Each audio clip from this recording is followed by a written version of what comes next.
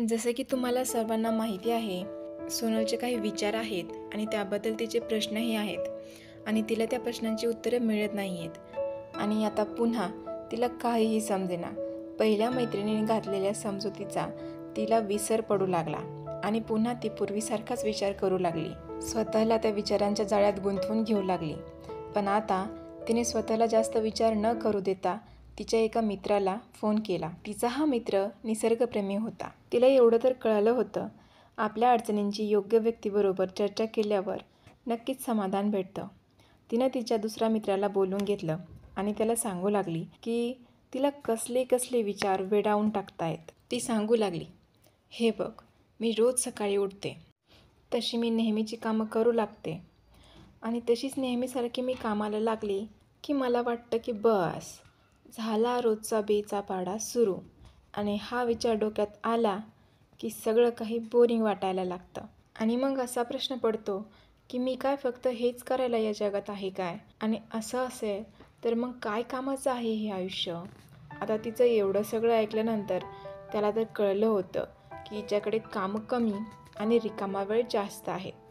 पण असं सरळ सरळ सांगणं त्याला काही बरोबर वाटलं नाही, म्हणून त्याने सांगायला सुरुवात केली. अगं वेडाबाई, आयुष्य असंच असतं. सगळ्यांच्या वाट्याला काही ना काही कामं आलेली आहे. कुणालाही काम न करता या पृथ्वीवर राहणं शक्य आहे का? काही ना काही तर सर्वांना करावंच लागतं ना.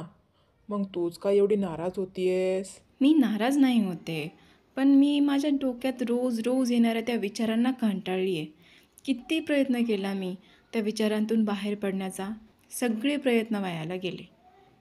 हां, असं काही नाही आहे बरं का. आपलं मन चंचल असतंय. ते या क्षणाला इथे, तर दुसऱ्या क्षणाला तिथे, तर तिसऱ्या क्षणाला कुठेतरीच गेलेलं असतं. आपल्या विचारांतून बाहेर पडणं तेवढं पण अवघड नाही आहे. मग मला वाटतं माझं मन जरा पण चंचल नाही आहे. ते रोज रोज तेच विचार मला करायला लावतं आणि रोज सकाळपासूनच त्याची सुरुवात होते आणि त्यामुळे माझा पूर्ण दिवस चेहरा पडलेला असतो आणि मूड सडलेला असतो. हे बघ, मला तर वाटतं तुझ्या विचारांना दिशा मिळत नाही आहे. म्हणून तुला तेच तेच विचार बार तुझ्या मनात चालू असतात. आता हे बघ, तुला असा प्रश्न पडतो की तुझा जन्म बस धुणं भांडी साफसफाईच करण्यासाठी झालाय का? हो ना? हो. पण त्यात वाईट काय आहे? तू जर हे सगळं नाही केलं तर तुझं काम दुसऱ्या कुणाला तरी करावं लागेल. मग त्या काम करणाऱ्याला कदाचित कधी ना कधी असंच तुझ्यासारखं वाटू शकतं ना, की माझा जन्म बस धुणं भांडी करायलाच झाला काय? असा प्रश्न पडू शकतो की नाही? हां, पडू शकतो कदाचित. हे बघ, आयुष्यात कधी ना कधी हा प्रश्न सगळ्यांनाच पडतो. तू एकटी नाही आहे असा विचार करणारी. आणि मला वाटतं याचं उत्तर ज्याचं त्यानं शोधावं. बाकी माझ्याविषयी सांगायचं झालं तर विचार करण्यासाठी मला वाटतं दुसऱ्याही खूप महत्त्वाच्या गोष्टी आहेत. आता मी आहे एक निसर्गप्रेमी. माझं प्रेम आहे निसर्गावरच.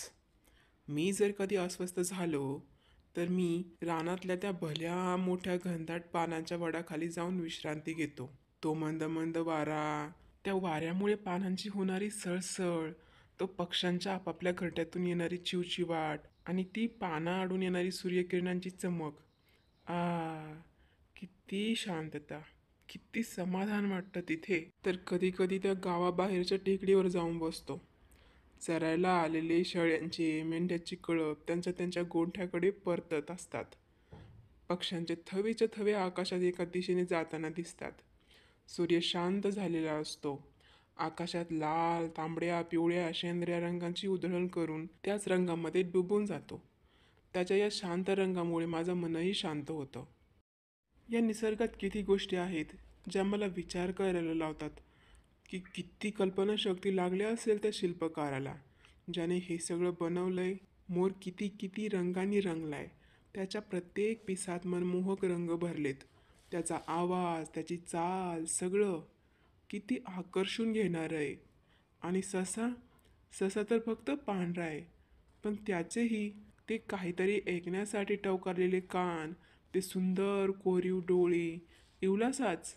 पण त्याचं ते टुनटुन उड्या घेत पळणं, मुसमुसणं, प्रत्येक गोष्ट किती आकर्षक आहे.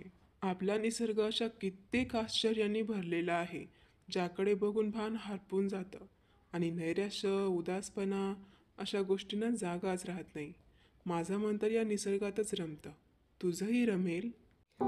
असे समजावणुकीचे बोल बोलून तोही तिचा निरोप घेतो आणि निसर्ग किती सुंदर आणि रम्य आहे याची अनुभूती तो कशी घेतो हे समजावून सांगतो. आणि जेव्हा त्याला अस्वस्थ वाटेल तेव्हा तो काय करतो हेही सांगतो. आता तिची चिंता मिटली का नाही हे तिलाच माहिती. बाकी आपण भेटूया पुढच्या भागात. तोपर्यंत बाय बाय.